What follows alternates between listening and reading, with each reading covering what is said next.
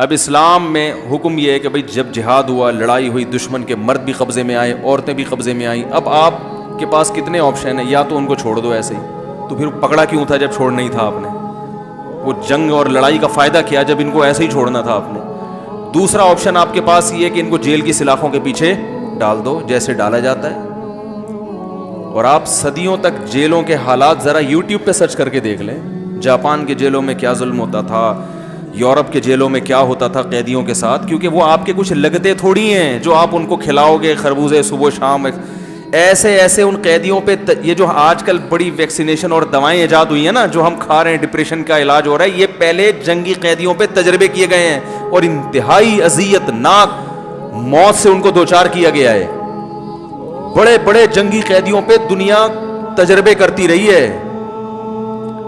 ایسے تجربے ہوئے کہ یہ والی دوا سے انسان جاگتا ہے تو فلاں قیدی کو کھلا کے دیکھو کتنے دن تک جاگتا ہے. اس بیچارے کو 1 ہفتے جگایا, وہ دماغی توازن کھو گیا, وہ سر دیواروں سے مار رہا ہے, چیخا, وہ مر گیا. کوئی بات نہیں, مر گیا تو اندازے ایک رپورٹ تیار ہو گئی کہ اس دوا کے سائیڈ افیکٹ میں یہ کہ 1 ہفتہ اگر کھائی جائے تو بندہ مر جاتا ہے.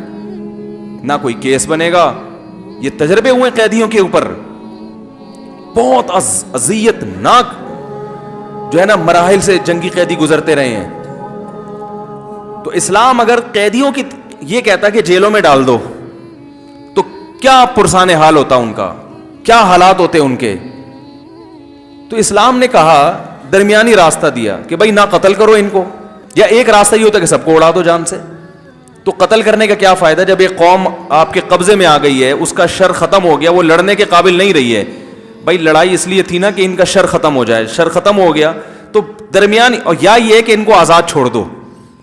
تو آزاد جب ان کو چھوڑیں گے اس طریقے سے تو مغلوب قوم کو انسان کبھی بھی فطری طور پر اپنے جیسا مقام دینے کے لیے تیار نہیں ہوتا, نہ ان عورتوں کو دے گا نہ ان مردوں کو دے گا. درمیان کا راستہ کہ ان کا بھی فائدہ ہے اور جو مجاہدین ہیں ان کا بھی فائدہ, کہ مجاہدین میں بانٹ دیے جائے.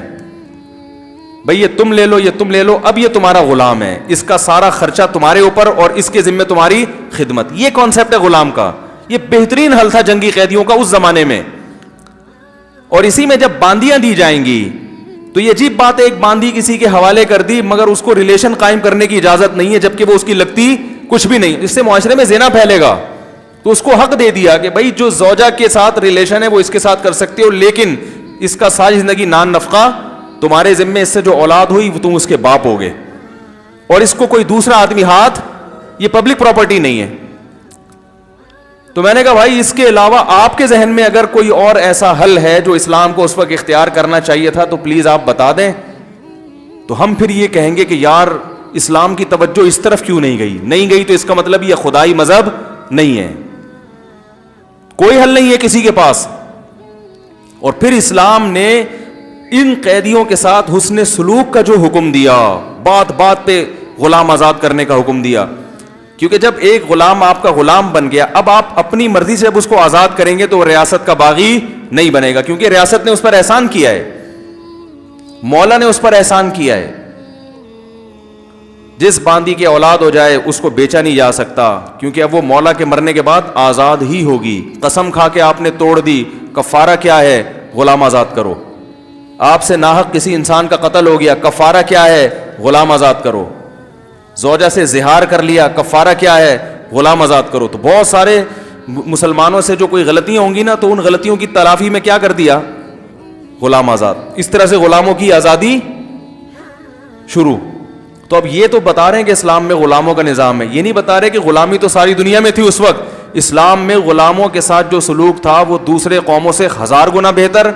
نمبر 2, اسلام کے پاس اس وقت غلامی کے علاوہ جنگی قیدیوں کا کوئی آلٹرنیٹ تھا ہی نہیں. تیسری بات یہ کہ اسلام نے غلامی کو نہیں, غلامی کے آزاد کرنے کو پروموٹ کیا ہے. غلامی کے آزاد کرنے کا جو سسٹم اسلام نے بنایا تھا اس وقت پوری دنیا میں کہیں بھی نہیں تھا وہ.